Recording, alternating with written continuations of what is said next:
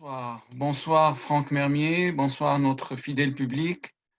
Nous sommes ensemble pour parler avec Franck Mermier, d'abord l'ami et l'anthropologue spécialiste des villes et des pays arabes, qui a travaillé beaucoup sur les villes, mais aussi sur les espaces culturels et politiques et sociaux dans plusieurs zones, notamment dans le Moyen-Orient, Syrie, Liban, mais aussi le Yémen.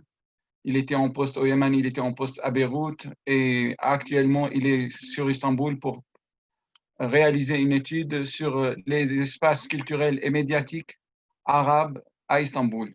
C'est le sujet de notre conférence, de sa conférence ce soir, notre débat.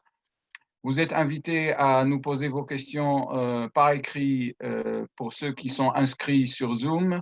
Pour les gens qui nous suivent en direct, ils peuvent aussi poser les questions sur la page Facebook et nous allons tenter de répondre au maximum de questions dans le temps qui nous sera disponible. Merci à vous tous et toutes et merci Franck et bonsoir, bonsoir encore. À Merci. toi la parole. Bonsoir, bonsoir à toutes et à tous. Merci au CAREP, Salam Kawakibi et toute l'équipe du CAREP de m'avoir invité pour parler ce soir des espaces culturels et médiatiques arabes à Istanbul. Alors, évidemment, ce sujet est très important et aussi, et donc, disons qu'il a beaucoup d'angles qu'il y a beaucoup d'angles que l'on peut aborder, donc je ne serai pas du tout exhaustif. Je vais essayer simplement de mettre en exergue certains des phénomènes qui sont parfois même un peu minorés sur cette question des scènes culturelles arabes à Istanbul. Alors, mon intérêt pour cette question provient justement, comme l'a expliqué Salam, de mon intérêt pour la question du rôle culturel des villes, notamment dans le monde arabe, particulièrement Beyrouth. J'ai travaillé pour ce qui concerne notamment l'édition arabe, et je me suis demandé comment en fait cela se passe à Istanbul, qui de plus en plus devient une sorte de mini capitale arabe de la production culturelle et médiatique, tournée vers le monde arabe. Alors, évidemment, lorsqu'on parle de relations entre la Turquie et le monde arabe, on a surtout en tête le rôle de la Turquie depuis les révolutions arabes, notamment en Syrie et en Libye, la question des réfugiés syriens aussi en Turquie, mais il y a aussi d'autres éléments qui surgissent, et notamment la question du succès des séries télévisées turques dans le monde arabe, à tel point d'ailleurs qu'il y a même eu une fatwa qui a été édictée en Égypte pour interdire la diffusion de ces séries, ou leur interdiction aussi sur des chaînes saoudiennes, etc. Et puis, il y a aussi évidemment l'alliance de la Turquie avec le Qatar, et puis l'accueil sur son sol des frères musulmans de différents pays arabes. Et donc, ce dernier point, notamment la question des frères musulmans, entraîne souvent des considérations généralisatrices sur les différentes activités culturelles, médiatiques, arabes à Istanbul et en Turquie en général. De plus, il y a aussi un événement qui récemment a suscité l'intérêt médiatique par rapport à la Turquie à Istanbul. C'est l'assassinat du journaliste saoudien Jamal Khashoggi dans les locaux du consulat saoudien à Istanbul le 2 octobre 2018. Et on a vu fleurir des types de presse du type, comme par exemple pour le New York Times, les exilés arabes s'expriment librement à Istanbul, même si la Turquie étouffe ses voix critiques. Ou par exemple dans une revue en ligne allemande, Kantara, Istanbul, le phare du monde arabe sur le Bosphore, comme si Istanbul était devenu, en plus d'être un refuge, mais un lieu d'expression pour ces diasporas arabes. Et on retrouve aussi parmi les discours de différents responsables des médias ou d'espaces culturels du monde arabe en Turquie également ce discours sur la liberté d'expression, la marge de liberté qui est accordée par la Turquie pour ses institutions culturelles et médiatiques, comme donc la Turquie ou Istanbul comme refuge et aussi espace d'expression. Alors, il faut aussi revenir quand même à quelques éléments de contexte. très rapidement, évidemment, je n'aurai pas le temps, c'est qu'après 2011, la Turquie a accueilli 3 600 000 réfugiés syriens.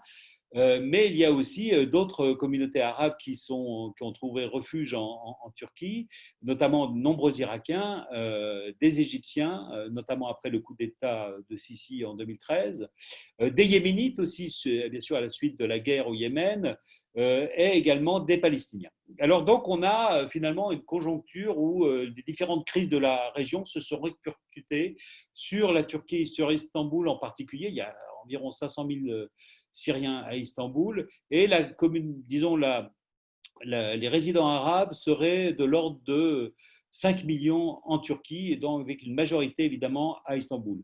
Un autre phénomène aussi très important, c'est la question de la présence d'étudiants arabes en Turquie.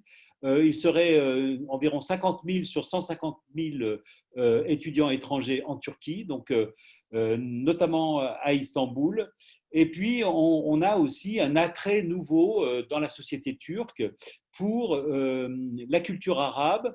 On sait que depuis fort longtemps, évidemment, l'attrait vers la langue arabe était surtout lié à des considérations religieuses. Aujourd'hui, récemment, il y a un intérêt plus fort pour ce qui concerne la langue et la littérature arabe.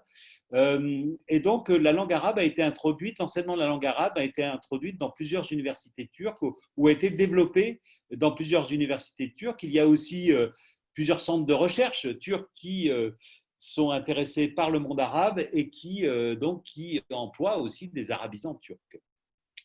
Alors, il y a aussi, malheureusement pas encore très très présent, mais un petit mouvement de traduction du turc vers l'arabe qui commence à se faire et qui concerne aujourd'hui, qui ne passe plus par la médiation des langues européennes, parce que on le sait, par exemple, Naguib Mahfouz, lorsqu'il a eu son prix Nobel, a été traduit en turc, mais par le biais de l'anglais, alors qu'aujourd'hui, effectivement, il y a un mouvement pour aller directement vers l'arabe.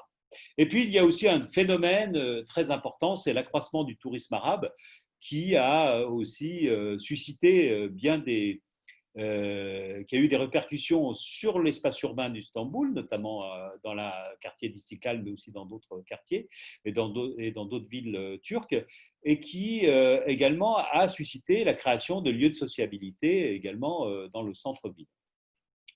Alors, peut-on dire aujourd'hui, et ce sera le thème de mon exposé, que Istanbul constitue non seulement un relais culturel, mais aussi une centralité culturelle et médiatique arabe pour la sphère publique arabe. Ce qui est sûr, c'est qu'elle est un lieu de création, de croisement et de diffusion des réseaux culturels et médiatiques à destination des pays arabes. D'abord, un élément à rappeler, c'est l'adoption d'une diplomatie turque volontariste en direction du Moyen-Orient depuis la cession de l'AKP au pouvoir. Et cela s'est traduit dans le domaine de l'information par la création en avril 2010 de la section arabe de la chaîne publique turque TRT, avec une section en arabe, suivie par des auditeurs, des spectateurs arabophones, et la création de la section arabe de l'agence turque de presse Anadolu en 2011. Et puis aussi la création de sections arabes de journaux turcs, comme par exemple Sabah, qui a une section arabe quotidienne. Alors, concernant le nombre de journalistes, de professionnels de médias arabes à Istanbul ou en Turquie, effectivement, les chiffres sont plutôt sujets à caution. Mais disons, on parle entre 2500 et plus de 3000 professionnels de médias arabes de toute nationalité en Turquie, à Istanbul particulièrement, dont une majorité de Syriens, évidemment. Et la face la plus visible de cette présence médiatique, évidemment, ce sont les télévisions satellitaires. Télévisions satellitaires arabes qui ont été créées en Turquie par des personnalités ou politiques ou des organisations politiques arabes, comme par exemple les Frères musulmans, notamment pour en assurer le financement. Et puis on trouve également à Istanbul aussi les studios des chaînes arabes, de certaines chaînes arabes, également de chaînes diffusant sur la région et qui ont des sections arabes. Donc ça fait effectivement beaucoup de monde. Par exemple, il existe au moins 3 télévisions égyptiennes importantes, comme Al-Sharq, Mukammilin Watan. Il existe 4 télévisions syriennes, notamment plus importante qui est TV Syria, qui a été créée en 2018 à Istanbul, mais il y a aussi Jisr, Orient, etc. Des télévisions irakiennes, 3 télévisions irakiennes au moins. Et aussi, c'est moins connu, également des télévisions libyennes, 3 télévisions libyennes qui sont installées à Istanbul. Il y a aussi des sites internet arabes, des sites d'information internet arabes qui sont installés à Istanbul, comme Arabi Post, Arabi 21, Rasad, etc., etc.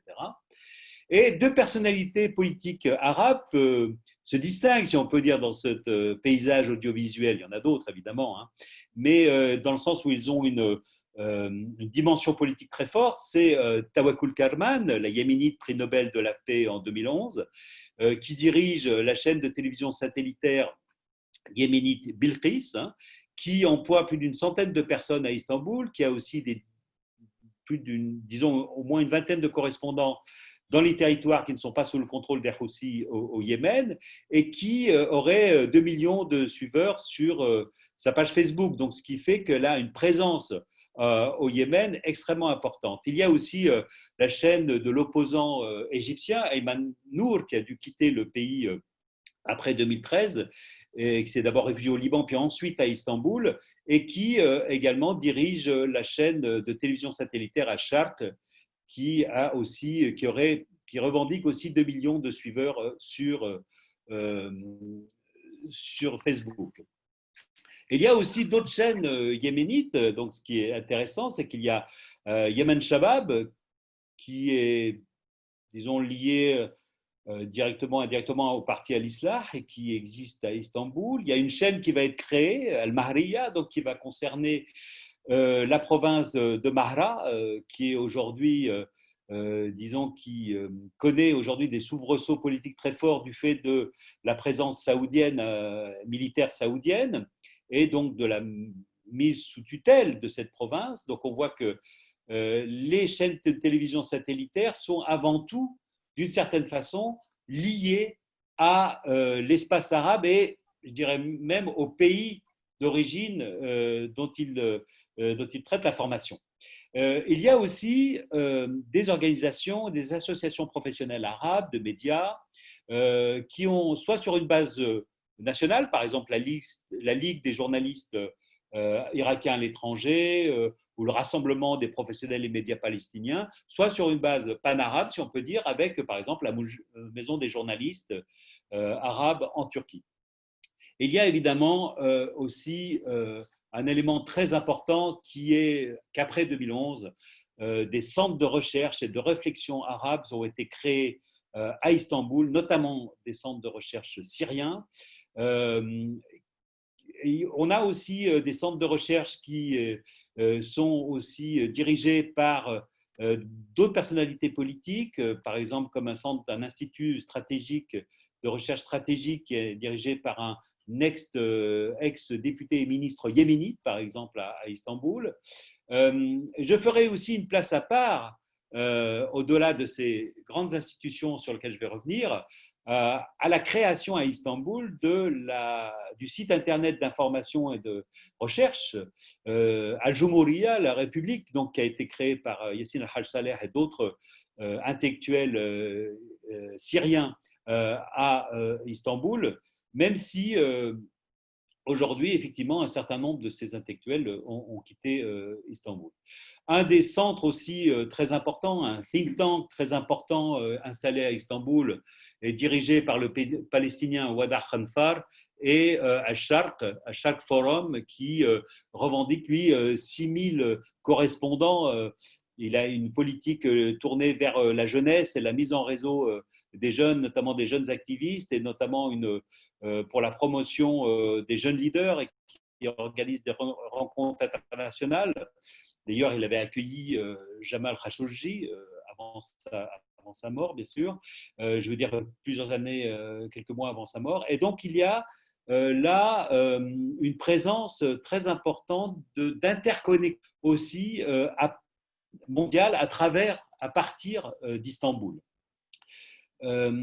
Et donc, parmi ces centres de recherche et de documentation, surtout syriens, qui ont un rôle très important dans la production de connaissances, non seulement sur ce qui se passe actuellement en Syrie, mais aussi d'une certaine façon sur la société syrienne en général, en raison aussi des plus de 40 ans de dictature qui ont fait qu'il n'y a presque pas eu de production de connaissances sur la société syrienne faite par les Syriens eux-mêmes en Syrie même. Et donc, ces centres de recherche, comme par exemple The Day After, qui est plus qu'un centre de recherche aussi, qui est un centre de sensibilisation sur des questions sociales extrêmement importantes comme les femmes rescapées ou les prisonniers syriens, produisent de la connaissance. Elles ont effectivement ces centres de recherche différents. Ils ont des orientations plus ou moins idéologiques différentes, aussi une orientation académique plus ou moins forte selon les centres. Mais on peut citer parmi ces centres le centre Haramoun, qui est un centre qui publie notamment une revue Kalamoun qui a une teneur et une dimension académique extrêmement importante. Il y a aussi Jussour, Oman Center for Strategic Studies, etc. Et donc, ce sont devenus des institutions incontournables qui, aujourd'hui, emploient de nombreux Syriens à Istanbul, notamment. Il y a aussi un autre élément qui me tient à cœur particulièrement puisque j'ai travaillé sur l'édition arabe, c'est la question du livre arabe à Istanbul. Et on a à Istanbul aussi un phénomène de création de librairies arabes dans la ville. Alors pas seulement à Istanbul, il y en a aussi à Gaziantep ou ailleurs, mais surtout à Istanbul, et aussi de maisons d'édition. Particulièrement syriennes, qui existent à Istanbul et qui donc là aussi sont des institutions qui permettent la production non seulement de connaissances mais aussi de fiction, qui ont un rôle important aussi dans la diffusion du roman syrien ou arabe en général. Parmi ces institutions, il faut évidemment citer le réseau arabe de recherche pour la recherche et les études, Shabaka al-Arabiya, qui a été créé, qui a organisé la première foire du livre arabe en 2015 à Istanbul, avant que cette foire du livre soit ensuite organisée par d'autres organismes plus proches du pouvoir AKP. Et sa librairie, qui a été ouverte en 2017, à Fateh, qui existe aujourd'hui à Fateh, dans le quartier où se rassemblent beaucoup de résidents arabes, notamment syriens. Sa librairie est devenue en fait un centre culturel très important. Au-delà d'être seulement un centre de diffusion du livre, c'est aussi une maison d'édition, un centre arabe le réseau arabe pour la recherche et les études. Mais on a aussi d'autres librairies qui jouent le rôle aussi de centre culturel. On peut ne pas aussi, il faut aussi indiquer un élément très important et qui là est matière de recherche future qui est à creuser, c'est les hybridités artistiques et culturelles qui se créent au niveau d'Istanbul. Lorsque j'ai parlé tout à l'heure de Yassine Haj-Saleh, il a aussi créé avec des intellectuels turcs à Istanbul, par exemple, la maison Hamish, le centre Hamish, qui était justement un lieu de rencontre entre intellectuels turcs et syriens, et qui, disons, vivote aujourd'hui, mais qui avait eu son importance, notamment pour populariser la cause syrienne parmi les intellectuels turcs. On sait que c'est un objet, que la question syrienne est un objet de division idéologique et politique très forte en Turquie.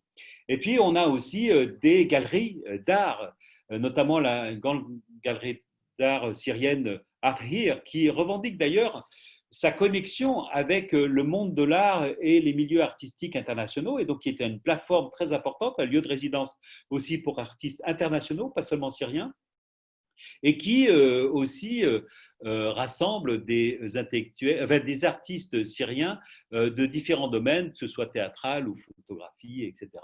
Et puis également la galerie d'art Kalima, qui a été créée par un Alépin qui avait des galeries d'art à Alep et qui est aujourd'hui devenu un musée de l'art brut à Istanbul, qui aussi diffuse des productions artistiques turques. Donc c'est intéressant de voir que dans ce domaine également, il y a aussi des interconnexions, des relations qui se font avec les mondes artistiques turcs. Et il faudrait aussi noter évidemment la question du théâtre de théâtre expérimental avec des expériences qui sont faites entre dramaturges turcs et syriens notamment.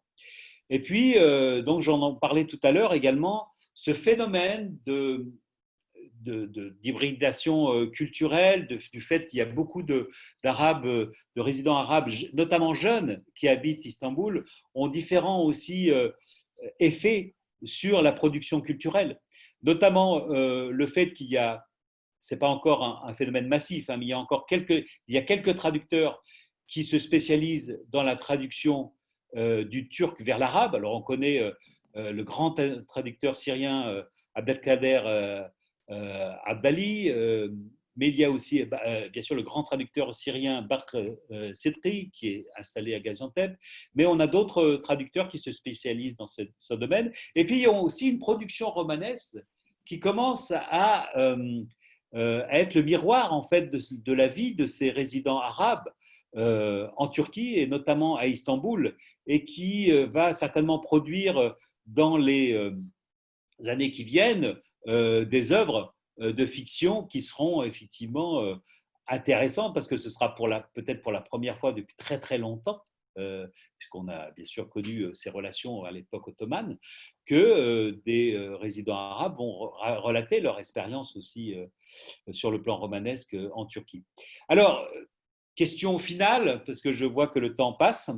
Question finale, finalement, quelle est la part d'autonomie de ces scènes culturelles et médiatiques arabes à Istanbul et en Turquie? Effectivement, on a une influence politique, on connaît aussi le rôle joué par Qatar aussi dans le financement de certains de ces institutions culturelles et médiatiques. Il y a aussi évidemment le fait que des organisations politiques peuvent être aussi présentes dans le domaine médiatique, notamment qui demandent beaucoup de financement. Mais on le voit aussi, il y a des espaces interstitiels qui ont été créés. On l'a vu avec Jumhuriya ou d'autres, et le site internet Jumhuriya ou la maison Hamish ou Ahir ou d'autres, qui font que finalement aussi il y a une dynamique culturelle propre à la ville aussi, qui est faite de ces hybridités que l'on retrouve dans la ville et qui là va donner des effets que l'on ne connaît pas encore, mais qui seront très importants sur le plan culturel arabe. Et puis il y a aussi un autre élément aussi qui est très important, c'est le fait que Istanbul est une plateforme finalement pour la connexion de tous ceux des dissidents en général, de ceux qui viennent y trouver refuge en raison des guerres et de la répression politique dans leur pays, vis-à-vis du monde extérieur. Ce n'est pas un hasard si Jamal Khashoggi avait participé justement à ce grand colloque du Sharq Forum, qui aussi était un colloque aussi qui reliait au monde extérieur des jeunes activistes ou des personnalités des médias et de la culture ou de la politique.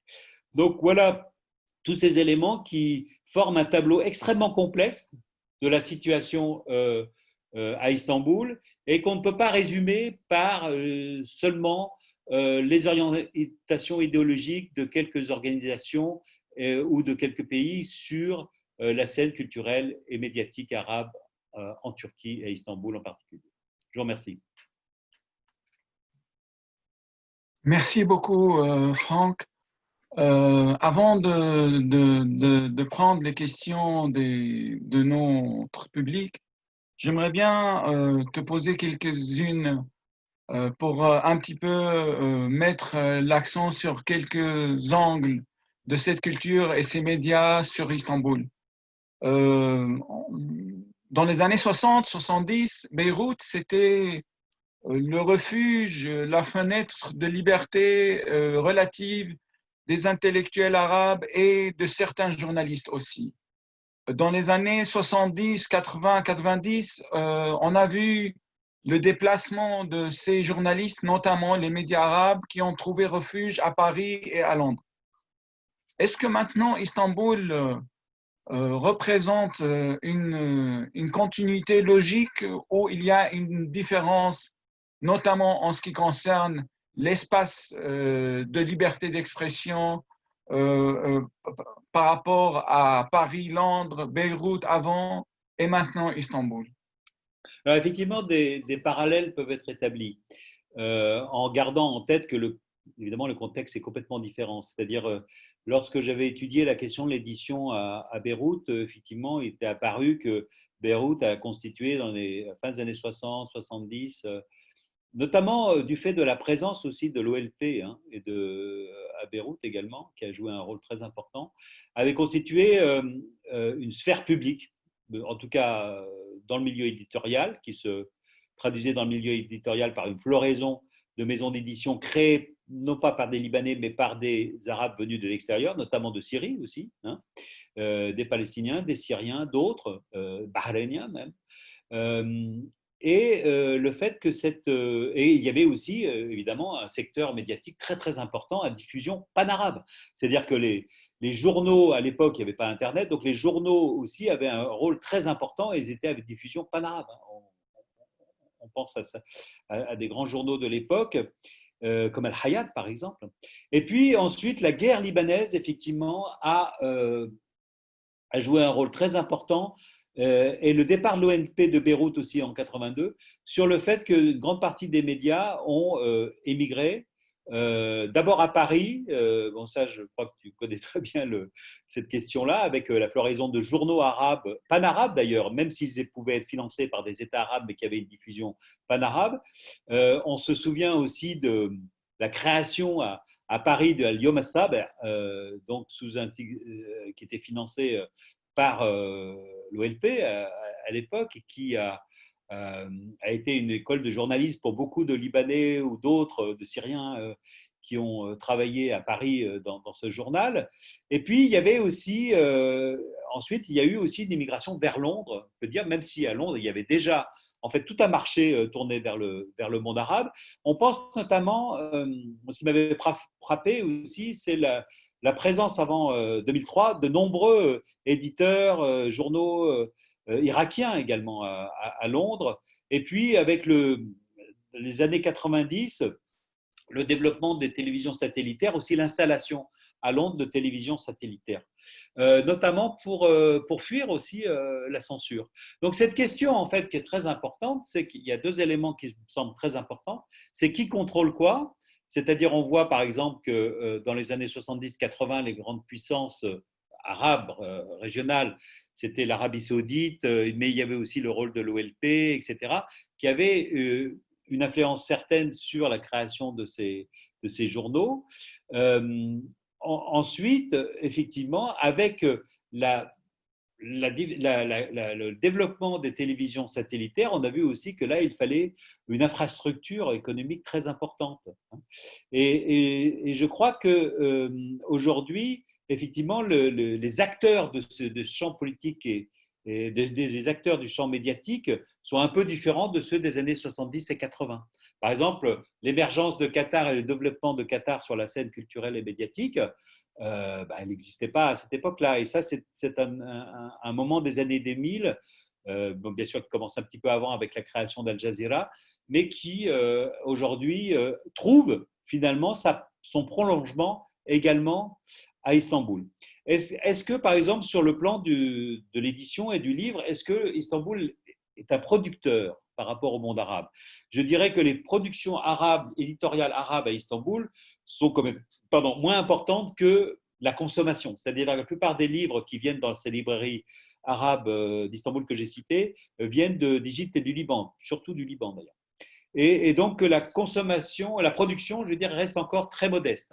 Au niveau aussi des revues, la plupart des revues et des journaux, à part les sites internet, sont quand même un peu extérieurs. Par exemple, à l'Arabie Jadid, un des grands quotidiens qui est donc lié à Qatar, notamment, et conserve toujours ses bureaux à Londres. Mais en revanche, il a une diffusion, certes restreinte, mais notable, à Istanbul. Je dirais que Istanbul, pour l'instant, n'a pas encore remplacé, n'a pas encore de médias panarabes qui pourraient être comparés à ceux qui existaient à Paris et à Londres durant les années que tu as mentionnées. En revanche, parce que en fait, la plupart de son champ médiatique, ce serait à discuter évidemment et à creuser, est encore tourné vers les scènes nationales, c'est-à-dire par exemple les télévisions satellitaires syriennes vers la Syrie, télévisions satellitaires égyptiennes vers l'Égypte, et la même chose pour le Yémen avec Bilqis et Yemen Shabab. Et donc, on a encore peu, finalement, d'effets à un niveau panarabe de la sphère publique, sur la sphère publique panarabe. Mais dans le même temps, il est vrai que cette scène culturelle et médiatique à Istanbul, en Turquie, est fortement liée aux soubresauts et aux conjonctures politiques de la région. C'est-à-dire que et aussi de la scène intérieure politique. C'est-à-dire que des changements politiques internes peuvent véritablement affecter assez rapidement finalement cette scène culturelle et médiatique arabe à Istanbul, dont finalement le statut reste assez fragile.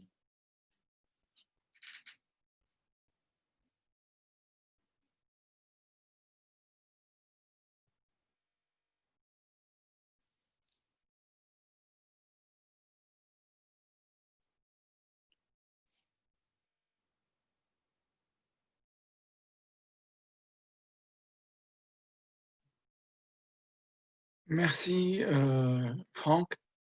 Il y a une anecdote très répandue parmi les Syriens en Turquie, c'est que les Turcs apprennent l'arabe pour communiquer avec les Syriens plutôt que le contraire. Est-ce que c'est une question seulement anecdotique ou est-ce que la présence aussi forte de 5 millions à peu près d'Arabes a suscité l'intérêt à l'apprentissage de la langue arabe, à la connaissance de la culture arabe du côté de la population et notamment de l'intelligentsia turque? Turque. Ouais. Alors, effectivement, il y a disons, des départements d'arabe dans les universités. Il y a aussi, privé ou public d'ailleurs, hein, puisque même à l'université de Koç, il y a aussi des étudiants turcs qui apprennent l'arabe. Donc, il y a un intérêt pour la langue arabe qui est aussi, pas obligatoirement pour la culture, mais qui est aussi lié aux opportunités d'emploi de la présence de 5 millions d'Arabes en Turquie. Non seulement les 5 millions de résidents permanents, mais aussi le tourisme arabe qui est extrêmement important. Et donc, c'est vrai que ça a généré aussi un certain nombre d'opportunités professionnelles. On peut penser aussi que les Turcs arabophones ont réussi aussi à tirer un peu leur épingle du jeu sur le plan économique en servant d'intermédiaires avec ces populations arabes, qu'elles soient résidentes ou de passage, notamment par le fait qu'il y a beaucoup d'investissements économiques arabes en Turquie, particulièrement dans le domaine de l'immobilier, parce que acheter un appartement à tel montant permet aussi de rester en Turquie. Donc la question de la résidence aussi fait que ces investissements économiques des Arabes en Turquie est important pour justement avoir soit la nationalité, soit la résidence en Turquie. Donc il y a des opportunités professionnelles et il y a aussi des configurations extrêmement variées. C'est-à-dire qu'il y a beaucoup d'Arabes en Turquie qui habitent en Turquie, qui travaillent en Turquie et qui ne comprennent pas le turc et qui n'apprennent pas le turc. Soit parce qu'ils vivent dans un vase clos, soit résidentiel, soit professionnel. Par exemple, la télévision Bilqis, la télévision syrienne, est dans un lieu à part, à l'extérieur du centre-ville, bien loin du centre-ville, etc. Et tous les Yéménite, tu journalistes, veux dire. oui, Belkis, c'est la télé yéménite. télé yéménite, oui. Et tous les journalistes vivent finalement en vase clos. Il y a aussi à Fater, dans certains endroits aussi, on peut avoir des contacts avec la population turque, bien sûr, mais je veux dire, on peut vivre sans apprendre le turc. Et puis, il y a aussi le fait qu'aujourd'hui, beaucoup d'enfants syriens, donc pour montrer combien la situation est contrastée, beaucoup d'enfants syriens vont dans les écoles turques, ont appris le turc, et maintenant ont du mal à écrire en arabe. Donc, par exemple, on y a une association que j'ai oublié de citer tout à l'heure, mais qui me tient à cœur, c'est l'association Addar, par exemple, qui aussi organise des cours pour les enfants syriens pour qu'ils puissent, ils parlent arabe, parlent syrien, mais n'écrivent plus aussi bien que s'ils avaient été dans une école syrienne. Et donc, il y a des cours aussi de turc également pour les Syriens adultes et également pour le turc. Et donc, on a des situations très contrastées où il y a beaucoup de résidents arabes qui ne connaissent pas le turc, des enfants syriens qui connaissent le turc et qui servent de traducteurs pour leurs parents. Et puis, il y a aussi beaucoup d'étudiants. J'ai dit qu'il y avait 50 000 étudiants arabes sur 150 000 étudiants étrangers en 2019 en Turquie. La plupart d'entre eux apprennent le turc. La plupart d'entre eux, mais beaucoup aussi, sont entrés dans des filières où l'enseignement est en arabe. Donc, il y a aussi différents cas de figure par rapport à la relation à la langue. Et ce qui est très intéressant, c'est de voir aussi que, effectivement, la langue arabe est une langue, disons, qui a une connotation politique également en Turquie. C'est-à-dire que la plupart de ceux qui ont appris l'arabe ou qui apprennent l'arabe, effectivement, c'était pour des religions religieuses. Maintenant, ça peut être aussi pour des opportunités professionnelles. Et finalement, on voit bien aussi que la langue également est politique, hein. Donc, c'est un élément aussi très important à prendre en compte. Ensuite, je pense que en tout cas pour les millions de résidents arabes en Turquie, et notamment pour la population jeune, j'étais il y a quelques semaines à une réunion d'étudiants yéménites, en fait, où la plupart, en tout cas il m'a semblé, parlaient turc, hein. Donc il y a d'autant plus que beaucoup n'étaient pas à Istanbul et avaient moins de relations avec d'autres communautés arabes. Merci, Franck. Tu parlais tout à l'heure de l'expérience, je pense, unique de Hamesh, c'est d'associer des intellectuels turcs et arabes pour débattre, pour s'approcher, pour ériger des ponts, des routes au niveau de la production intellectuelle et artistique. On voit ça très présent en Allemagne, par rapport aux artistes syriens qui se trouvent, par exemple, à Berlin. Il y a beaucoup d'activités communes avec des artistes allemands. À part Hamesh en Turquie, est-ce que la scène n'est pas pauvre après toutes ces années et autant d'Arabes, notamment de Syriens? Est-ce qu'il n'y a pas encore quelque chose qui bloque pour que ces deux cultures s'associent ou essayent de se connaître mieux? Parce qu'on sait très bien que ce n'est pas la connaissance culturelle qu'on peut démolir les préjugés et les stéréotypes. Et j'ai l'impression qu'en Turquie, malgré le rapprochement politique du gouvernement avec le rapprochement politique peut-être opportuniste, mais quand même, il existe avec les causes des révolutions arabes, avec les réfugiés qui se trouvent sur le territoire turc, mais quand même, il y a ces fossés entre l'intelligentsia des deux côtés qui est toujours présente. Alors effectivement, dans de nombreux événements culturels et médiatiques organisés par des institutions arabes, on trouvera souvent des représentants turcs, mais souvent, si c'est à un niveau, ces institutions sont très installées, ils ont un niveau officiel, seront surtout des représentants turcs appartenant à l'AKP, par exemple, hein. Il y aura beaucoup cette question-là qui est présente, hein. Dans le même temps, il y a aussi le fait que pour une grande partie de la population turque aussi, la présence arabe n'est pas toujours accueillie favorablement aussi, hein. Pour une raison aussi politique, c'est également le fait que cette présence arabe est liée au pouvoir actuel. Donc il y a véritablement aussi dans ce refus-là, parfois justement une opposition, même une instrumentalisation également de l'enjeu des présences arabes en Turquie par rapport à la rivalité entre l'opposition et le parti au pouvoir. Mais au-delà de tout ça, c'est connu, je veux dire, c'est pas très. C'est intéressant parce que ça a des conséquences sur les présences arabes, et notamment dans le futur. Je dirais aussi qu'il y a également une forme d'instabilité qui a fait que beaucoup d'intellectuels arabes, notamment syriens, enfin les Syriens, plutôt les Syriens, ont essayé de partir également de Turquie. Hein. Donc il y a aussi un élément, mais peut-être que ce départ justement aussi lié au fait qu'ils ne se sentaient pas totalement à l'aise par rapport à la langue turque, aux conditions d'intégration, etc. C'est sûr qu'il y a cet élément-là qui joue et que partir d'Istanbul leur permettait peut-être, pour certains en tout cas, de se relier à des réseaux plus internationaux. Mais j'ai signalé dans mon exposé la présence de centres artistiques importants comme la galerie Art Here, comme la galerie Kalima, donc plutôt liés aux arts plastiques, à la photographie, qui justement organisent des relations avec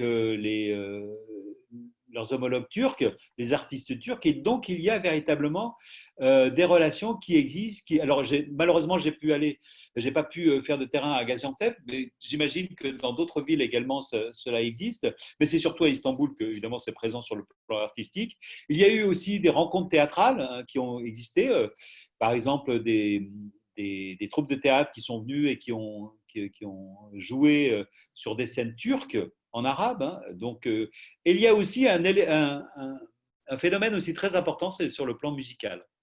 J'ai aussi observé de nombreuses rencontres musicales de musiciens turcs et arabes, mais aussi persans, parce qu'il y a beaucoup d'Iraniens Iraniens aussi à Istanbul. Et donc là, c'est une scène assez vivante, en fait, avec notamment la présence d'étudiants arabes dans les conservatoires turcs aussi. Donc là, je crois qu'il y a tout un foisonnement important qui dans l'avenir, pourra porter ses fruits sur le plan de la création culturelle. Il y a notamment une chercheuse turque qui travaille sur la question des interconnexions entre la scène théâtrale turque et la scène théâtrale arabe. Donc il y a aussi des chercheurs turcs qui sont très intéressés par ces interactions, ces rencontres, ces relations. Et je pense que c'est ça aussi qui est intéressant, c'est que c'est la question aussi, le phénomène arabe, la présence arabe en Turquie, à Istanbul en particulier, a aussi pénétré dans les milieux académiques turcs, où il y a beaucoup de chercheurs qui sont intéressés par ces chercheurs turcs qui sont intéressés par ces questions.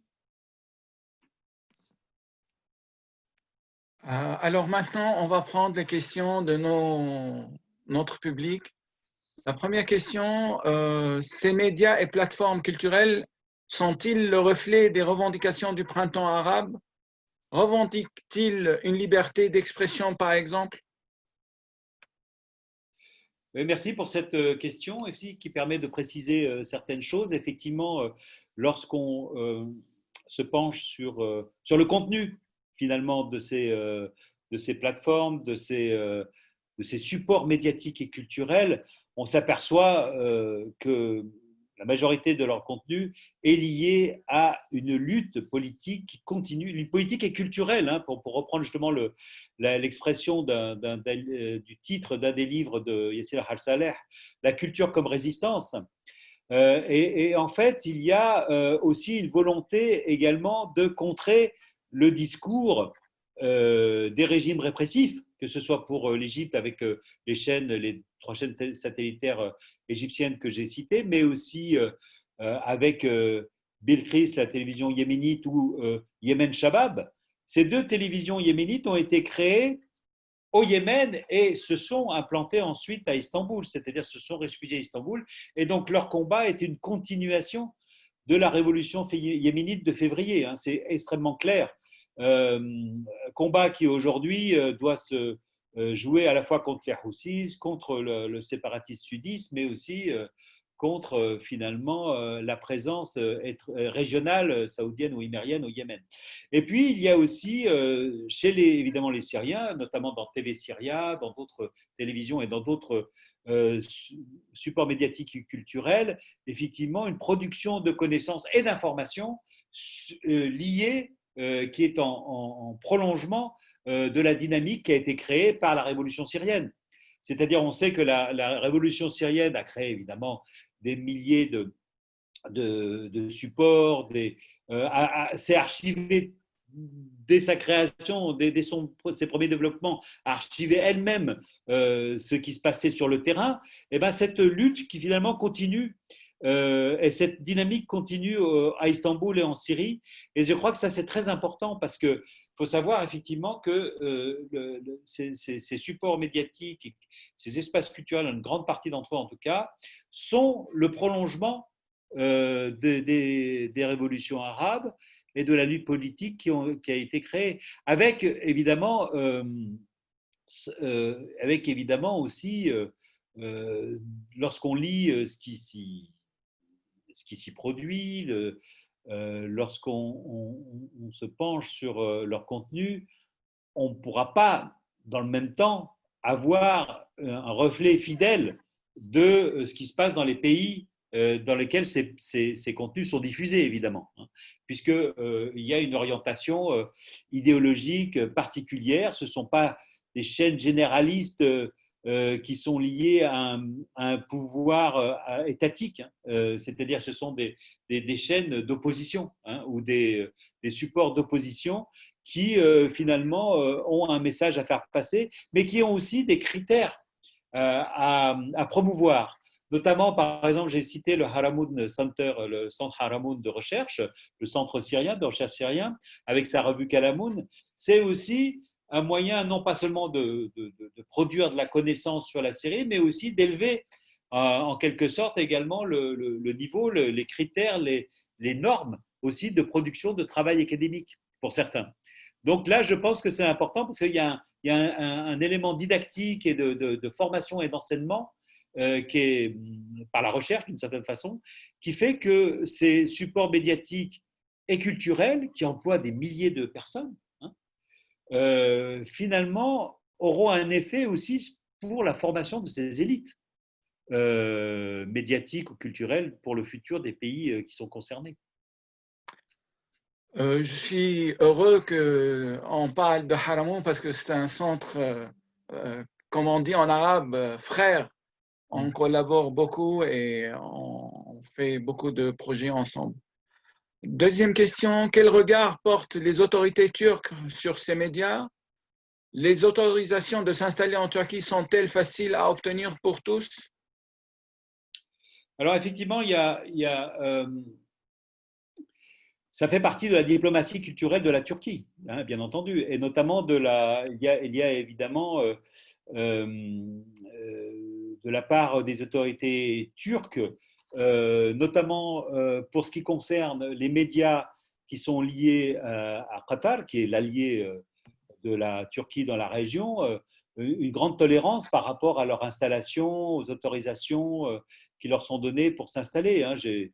Il y a des médias syriens, yéménites ou autres qui sont liés justement à la sphère d'influence de Qatar et qui finalement participent aussi de la sphère d'influence turque en étant accueillis également par les autorités turques en son sein. Pour ce qui concerne la liberté d'expression, évidemment, tout ce qui concerne la scène intérieure turque est en général plutôt évité, hein, puisque c'est d'abord parce que ces médias ont d'abord une audience arabophone, hein, et sont tournés vers les problématiques des pays concernés. Ensuite, il y a aussi ils doivent passer aussi sous des lois turques. Et notamment, une des lois qui est très importante ici, c'est le fait que par rapport à un employé arabe, il faut qu'il y ait des employés turcs qui soient aussi recrutés en même temps, ce qui pèse énormément aussi sur les budgets de ces institutions culturelles et médiatiques, qui fait qu'on retrouve par exemple dans certains médias des employés turcs qui ne parlent pas arabe et des employés arabes qui ne parlent pas turc. Donc il y a toujours évidemment des traducteurs pour faire l'intermédiaire, mais ce qui est important de savoir, c'est que justement, une grande partie de ces médias ou de ces supports, s'ils n'ont pas le statut associatif en tout cas, doivent finalement avoir les reins solides sur le plan financier pour pouvoir aussi financer leurs employés turcs. Et donc, ça pèse évidemment sur la masse salariale. Et ça, c'est un élément à prendre en compte aussi dans la viabilité de ces médias en Turquie. Alors, une question en anglais que je vais essayer de traduire. Je pense que tu as tout à l'heure répondu à une grande partie. Euh, Est-ce que le mouvement actuel en Turquie, il est comparable avec la présence culturelle arabe au Liban dans les années 70? Et la personne qui nous interroge, elle dit aussi qu'elle pense qu'à Istanbul, il y a plus d'impact islamique, mais est-ce que Istanbul aussi va euh, influencer d'une manière différente ce mouvement culturel? Alors, je commencerai par la fin. Donc, ce que j'ai dit tout à l'heure sur la question des hybridations culturelles et artistiques qui est liée finalement à l'espace urbain d'Istanbul, hein, à ce qui se passe dans une ville, à toutes les opportunités de rencontre, à toutes les institutions d'enseignement universitaires et autres qui permettent finalement ces fusions. Hein. Donc ça, c'est ce que va peut-être donner la Turquie sur le plan de la culture, des cultures arabes, hein, qui se créent à Istanbul. Peut-être même qu'on pourra qu'il y aura, disons, une version de ces cultures qu'on ne pourra plus appeler totalement arabe. Il y aura un côté fusion qui peut peut-être exister. D'autre part, est-ce que c'est comparable? Je ne pense pas que ce soit comparable totalement, hein, dans le sens que ces dynamiques culturelles et médiatiques arabes à Istanbul ne sont pas totalement comparables à ce qui se passait à Beyrouth dans les années 70, 60, 70, du fait que je pense, je peux me tromper, mais qu'il y avait une dimension panarabe dans le sens de diffusion panarabe, mais aussi parfois aussi d'idéologie panarabe, qui était beaucoup plus présente à Beyrouth dans ces années-là. Hein, dans le sens où 90% par exemple de la production de livres au Liban est exportée à l'extérieur du Liban. Hein. C'est vraiment le marché libanais est très très très réduit. Et donc il y avait une orientation, disons, il y avait une dimension panarabe qui était plus forte, disons, dans les revues et dans le secteur du livre, etc., je pense. Hein. Et puis, il y avait aussi une diversité arabe beaucoup plus importante à Istanbul. Ici, effectivement, à Istanbul, puisque je parle depuis Istanbul, il y a en fait, disons, on n'aime pas trop parler, lorsqu'on parle des médias, en termes d'influence, parce que d'abord, il faudrait pouvoir la mesurer. Deuxièmement, il faudrait faire des études sur place pour voir comment sont suivies ces chaînes, comment sont reçus ces contenus. Mais dans le même temps, je pense qu'il y a plutôt ici, et ça reflète également un phénomène extrêmement important qui s'est produit dans le monde arabe, dans l'espace arabe, c'est le fait que les nationalismes de chaque pays et les scènes culturelles et artistiques de chaque pays se sont développées. Aujourd'hui, on peut parler d'un mouvement littéraire en Arabie Saoudite, d'un mouvement littéraire dans les Émirats, à Bahreïn, etc., d'une littérature yéménite, égyptienne, bien sûr, syrienne, bien sûr, mais il y a eu, disons, une reconfiguration des scènes culturelles nationales. Ce qui fait que ce qui est produit par Istanbul concerne d'abord les scènes culturelles et médiatiques nationales. Et donc, leur impact ou leur portée panarabe, si je puis dire, est plutôt limitée par rapport à ce qui s'est passé à Beyrouth dans les années 70, même jusqu'après la guerre du Liban. Vous évoquez les scènes médiatiques et littéraires arabes, mais quid de la production musicale aussi? Oui, alors la production musicale à Istanbul, alors ce qu'on peut apercevoir, c'est effectivement des rencontres hein, de musiciens turcs, arabes et aussi iraniens. Il y a pas mal de lieux aussi il y a plusieurs lieux qui leur donnent voix au chapitre, c'est-à-dire qui permettent ces expériences. Et donc là, on s'aperçoit aussi qu'il y a des choses originales qui se créent. C'est-à-dire, ce qui est intéressant, c'est pas seulement les Arabes et les Turcs, mais aussi c'est d'autres rencontres qui ont lieu aussi par la présence de centres culturels étrangers également, par la présence aussi de centres culturels arabes qui sont liés à des financements étrangers ou qui sont liés à des réseaux internationaux. On voit aussi qu'il y a des interconnexions qui se font. D'une certaine façon, on peut se poser la question de la portée, de savoir si Istanbul est une zone franche culturelle, comme c'est une expression que j'emploie pour dire que dans le monde arabe, il y a des différentiels de censure. En Arabie Saoudite, il y a plus de censure, en Syrie, il y a plus de censure, ce qui permet à Beyrouth finalement de tirer son épingle du jeu sur le plan de la production culturelle tournée vers ces pays. Hein. Et donc ce différentiel de censure instaure une forme de complémentarité entre les pays. Par exemple, lorsqu'on voit un éditeur du Bahreïn dans les années 70, fin des années 70, qui venait s'installer à Beyrouth pour produire des livres, pour éditer des livres, c'est parce qu'il y avait une censure à Bahreïn. Donc il y a ce différentiel de censure et la complémentarité. Donc est-ce que Istanbul a une part là-dedans? Il a une part sur le plan médiatique, puisqu'on voit qu'il peut franchir les limites de la censure pour ce qui concerne les pays comme la Syrie, l'Arabie Saoudite, l'Égypte notamment. La Libye aussi, de certaine façon, mais là, aujourd'hui, les choses changent en Libye. Mais dans le même temps, ce n'est pas une zone franche culturelle dans le sens où tout ce qui n'est pas possible de publier ailleurs dans le monde arabe va être publié à Istanbul. Ça reste encore extrêmement limité à ce niveau-là, si notamment on prend la question de la production en termes de livres. Et puis même, par exemple, sur le plan de l'art, aujourd'hui, de nombreux créateurs syriens sont partis également en Allemagne ou en France ces dernières années, notamment après 2016. Alors, une question, y a-t-il une importante production médiatique arabe en langue turque destinée au public turc? À quel point sont les médias ou les intellectuels turcs à quel point les médias et les intellectuels turcs sont conscients de ce que vous venez de décrire?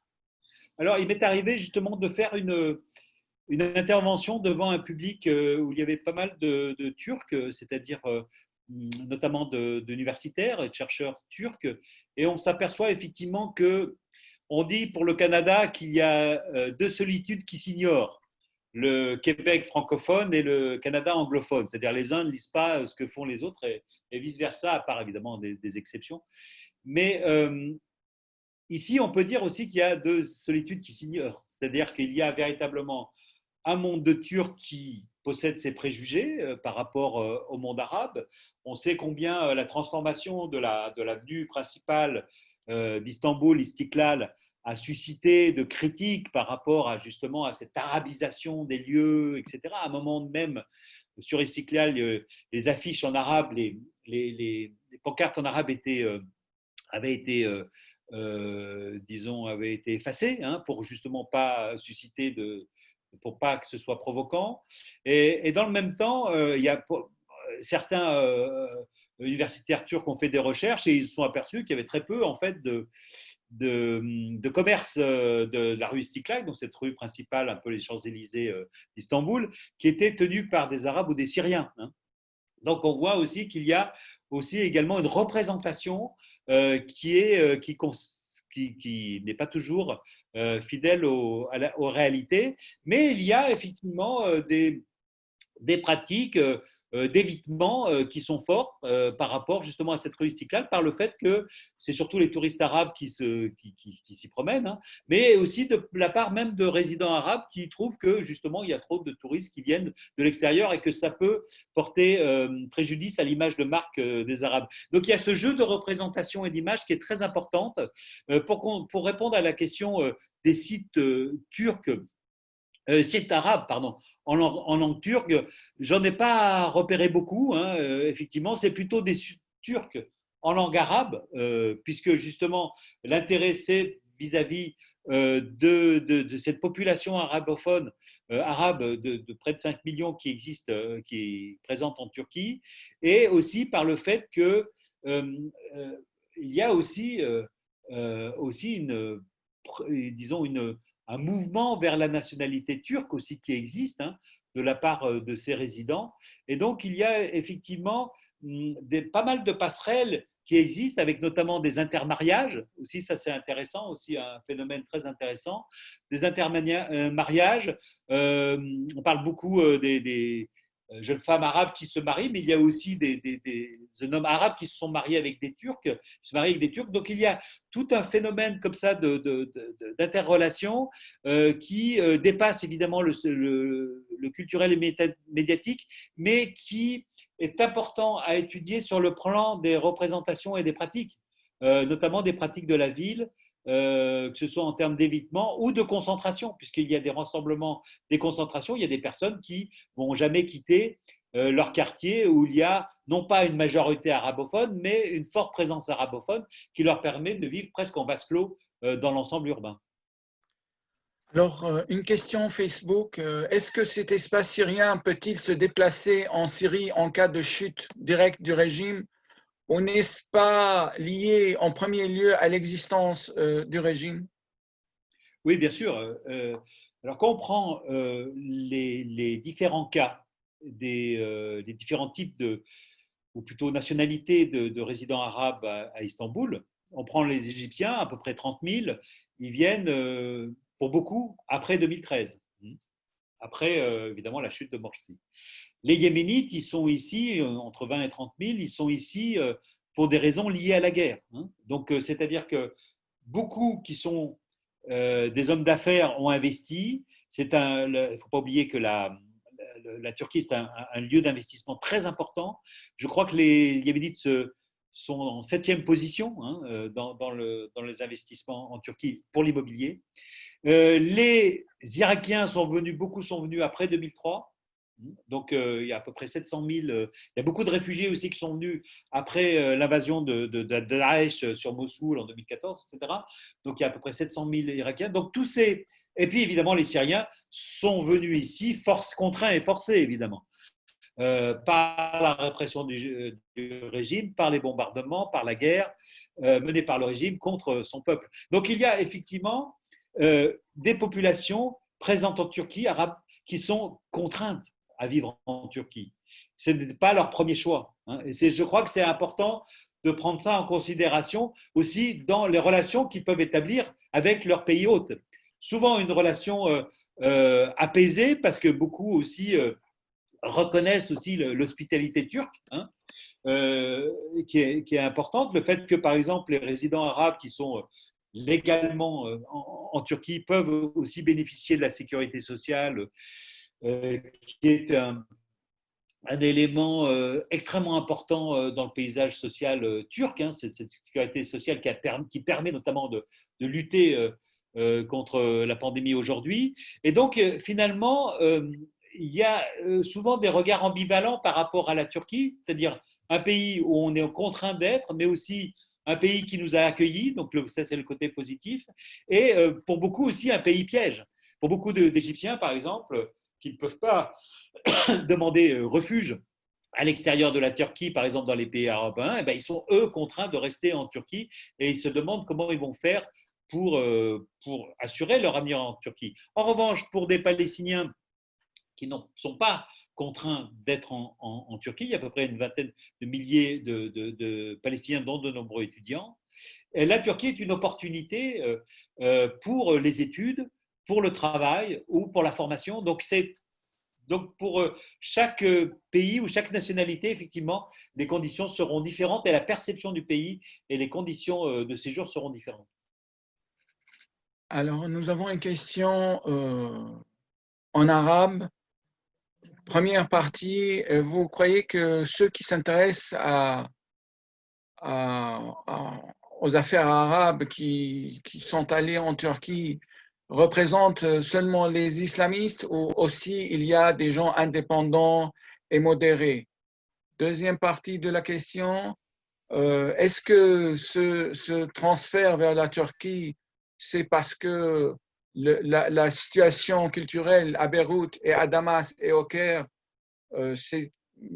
est bloquée, ou il y a d'autres questions ou d'autres raisons? Le troisième, quelle est la marge d'indépendance des émissions culturelles et les mouvements culturels arabes en Istanbul par rapport à le contrôle de l'État turc? Oui. Merci pour ces questions. Je vais essayer de répondre le mieux possible. Alors, il faut savoir que les présences arabes à Istanbul sont un enjeu d'instrumentalisation et de discours politique. C'est-à-dire que si on regarde par exemple les sites saoudiens ou des émiriens ou des émirats, euh, on va voir que tous ceux qui sont finalement en Turquie appartiennent aux frères musulmans, sont liés à des groupes fondamentalistes, etc. On va même parler de terrorisme, etc. On va appuyer sur cette question, sur le fait que, faire l'amalgame en fait sur le fait que les résidents et ceux qui sont des acteurs politiques en frères musulmans. Il y a une représentation qui ne pas seulement par rapport aux ennemis de Qatar ou de la Turquie, mais aux adversaires, mais aussi qui peut se retrouver en Europe ou ailleurs. Bon, si l'on voit effectivement par le détail, on s'aperçoit que évidemment le paysage est beaucoup plus complexe. Ayman Nour, qui est accusé d'être lié aux frères musulmans, n'est pas un membre de la confrérie, loin de là. D'ailleurs, il a été candidat à la présidentielle contre Moubarak et il n'était pas du tout lié à l'organisation des frères musulmans. C'est celui, Ayman Nour, c'est celui qui dirige la télévision Al-Sharq, une télévision satellitaire ici à Istanbul. En revanche, il y a d'autres télévisions satellitaires égyptiennes qui sont liées ou qui sont proches des frères musulmans. Bilkis, la télévision yéménite, est dirigée par Tawakkul Karman, qui a été expulsé d'Al-Islah, le parti proche des frères musulmans au Yémen, qui a d'ailleurs des représentants en Turquie. Hein. Il y a effectivement des Yéménites proches des frères musulmans ou liés aux frères musulmans, en tout cas à l'Islah, le parti, parce que ce n'est pas véritablement un parti frères musulmans, c'est le parti qui serait le plus proche sur la scène politique yéménite des frères musulmans.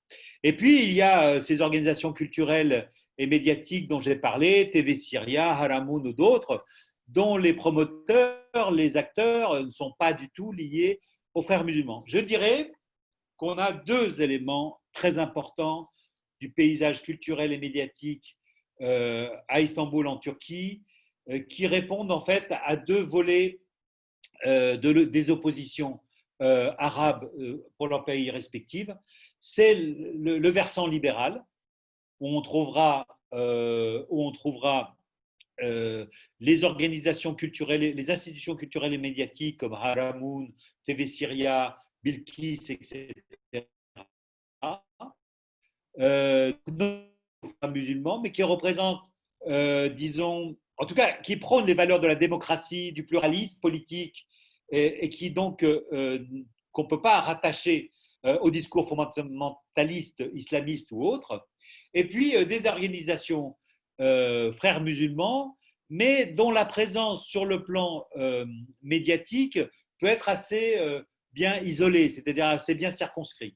Et donc, ces deux versants, disons le versant islamiste plus ou moins modéré, mais disons plutôt modéré d'ailleurs, et puis le volet libéral, sont présents à Istanbul et se partagent, on peut dire, la scène médiatique et culturelle turque.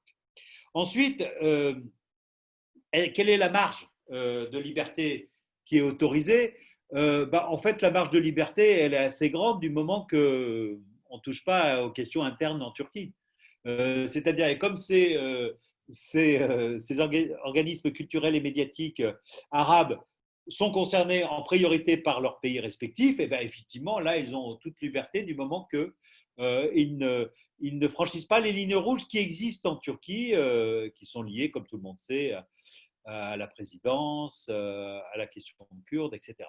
Il y a eu effectivement des personnes qui ont eu des problèmes arabes, qui ont eu des problèmes par rapport aux autorités turques en Turquie. En général, c'est lié à des questions relatives à la scène turque, à la Turquie.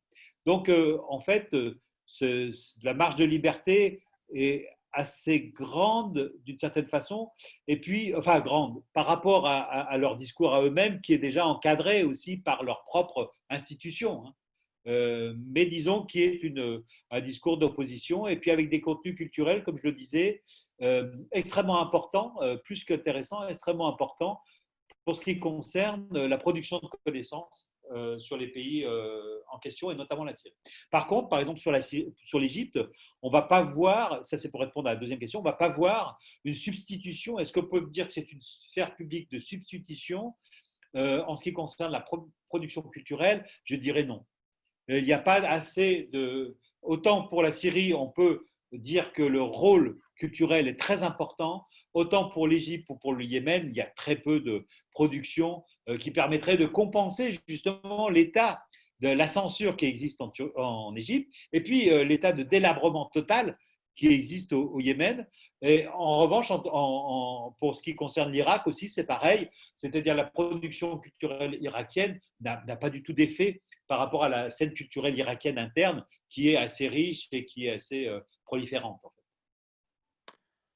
Alors, tu as cité à peu près 500 000 Syriens à Istanbul. La question s'interroge sur une source spécifique derrière ce chiffre, et aussi la personne te questionne en te demandant si ce que tu viens de développer dans ton intervention a été déjà publié pour pouvoir le citer dans un article. Alors là, je suis vraiment désolé pour la source des 500 000 Syriens, parce que je crains, je crains de… Bon, alors il y a des sources officielles turques. Hein. Il faut savoir qu'en Turquie, j'ai un collègue turc qui suit très très bien toutes les statistiques officielles. Il faut savoir qu'en Turquie, tout est dénombré. Alors après, évidemment, il faut toujours avoir un regard critique sur les sources statistiques, mais en tous les cas, il y a ce genre de sources, notamment par rapport au nombre d'étudiants, au nombre de Syriens qui ont le Kimlik, c'est-à-dire la carte de résidence, etc. Alors je ne sais pas si ce chiffre, effectivement, intègre seulement ceux qui ont la carte de résidence, ou aussi les illégaux, parce qu'il y a eu aussi un phénomène de déportation, enfin de déplacement de ceux qui n'étaient pas autorisés à venir à Istanbul, parce qu'il faut savoir aussi que la carte de résidence, pour les Syriens notamment, est liée à leur endroit de résidence, donc ils ne peuvent pas se déplacer librement dans toute la Turquie, et notamment pour s'installer dans d'autres régions. Donc il y a aussi des contraintes à la mobilité qui sont importantes à prendre en compte. Alors, pour ce qui concerne mon intervention, elle n'a pas été publiée.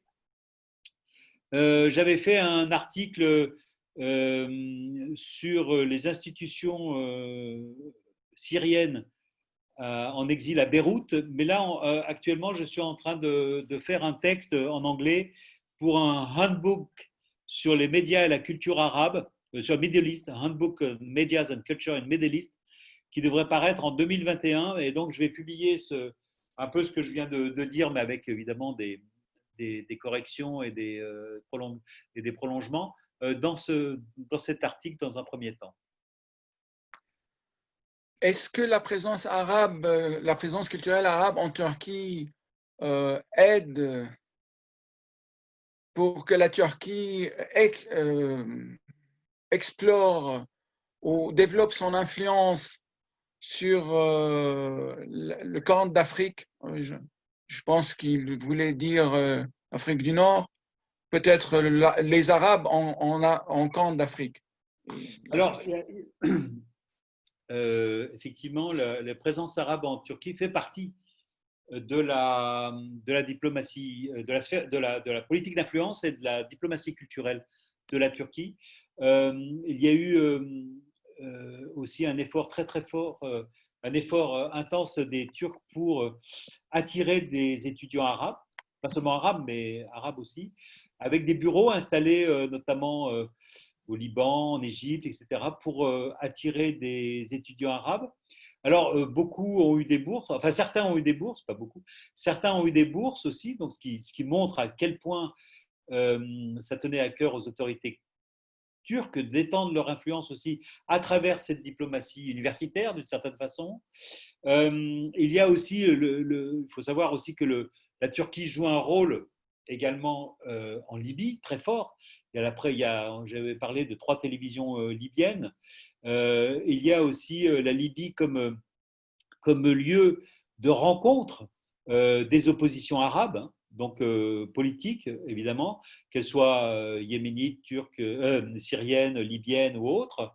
Et il y a aussi, alors on a souvent parlé des séries télévisées turques comme un élément de la diplomatie culturelle, de la politique d'influence, ce qu'on appelle vulgairement en anglais soft power, de la Turquie. C'est pas si évident que ça, dans le sens où il y a aussi, enfin, disons, il faut être très nuancé sur cette question, puisqu'il y a aussi des séries télévisées turques qui n'ont pas eu l'heure de plaire au pouvoir, également, notamment des séries historiques. Donc, il y a aussi un élément du secteur privé qui est fort dans cette production de séries turques. Mais en tout cas, c'est, alors évidemment, ça dépend des publics, mais il y a eu fort de l'image positive de la Turquie parmi certaines populations arabes et notamment parmi certaines jeunesses étudiantes et qui sont venus en Turquie ou qui veulent s'installer en Turquie, etc. D'abord aussi parce que c'est un pays musulman, où on retrouve aussi une proximité culturelle, aussi peut-être l'effet également des séries turques ou d'autres qui peuvent jouer. Et puis également un héritage ottoman partagé aussi qui peut jouer. Dans le même temps, c'est certain que pour la politique extérieure turque, c'est un atout très important d'avoir toute cette présence arabe et tous ces différents acteurs médiatiques, culturels, politiques arabes en Turquie. C'est donc un relais d'influence, une courroie de transmission très forte.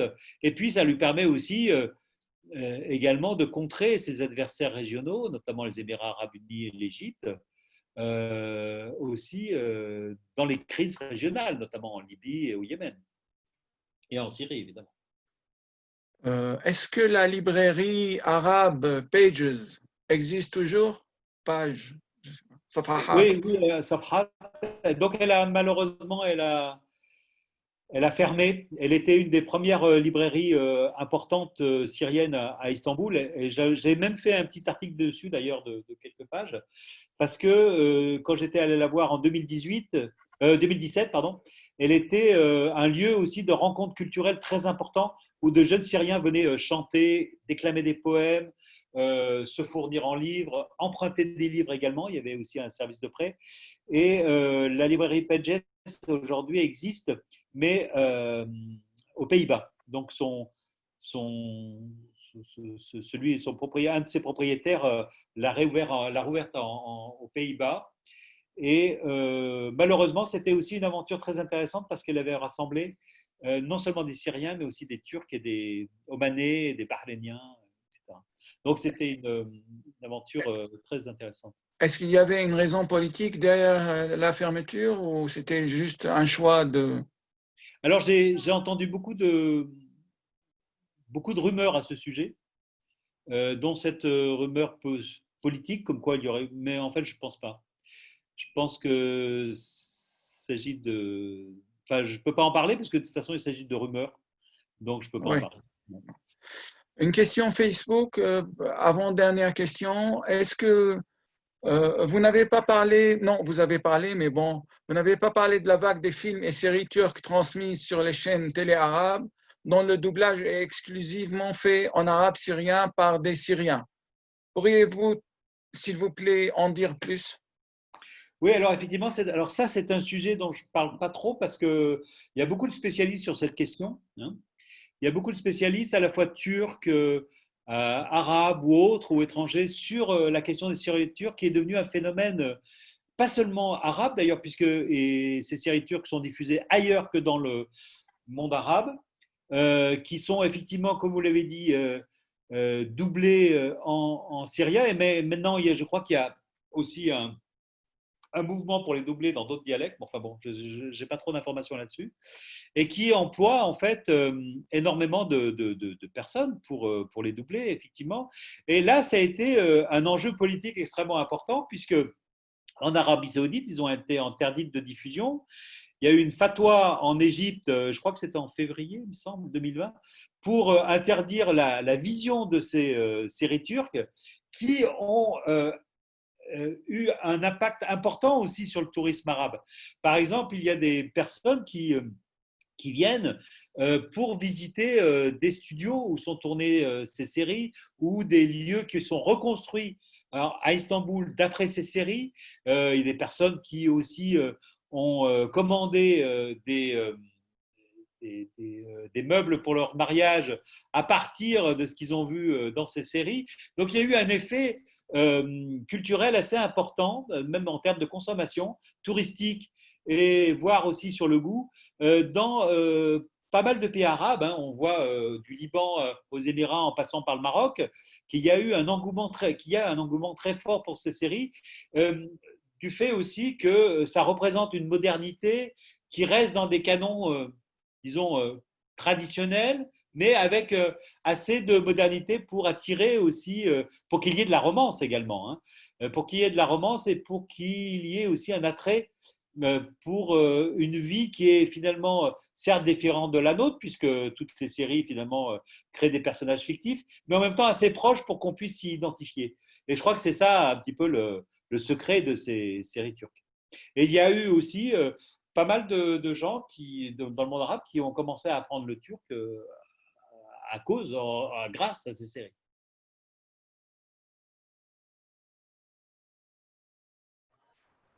Alors, je ne sais pas si la connexion.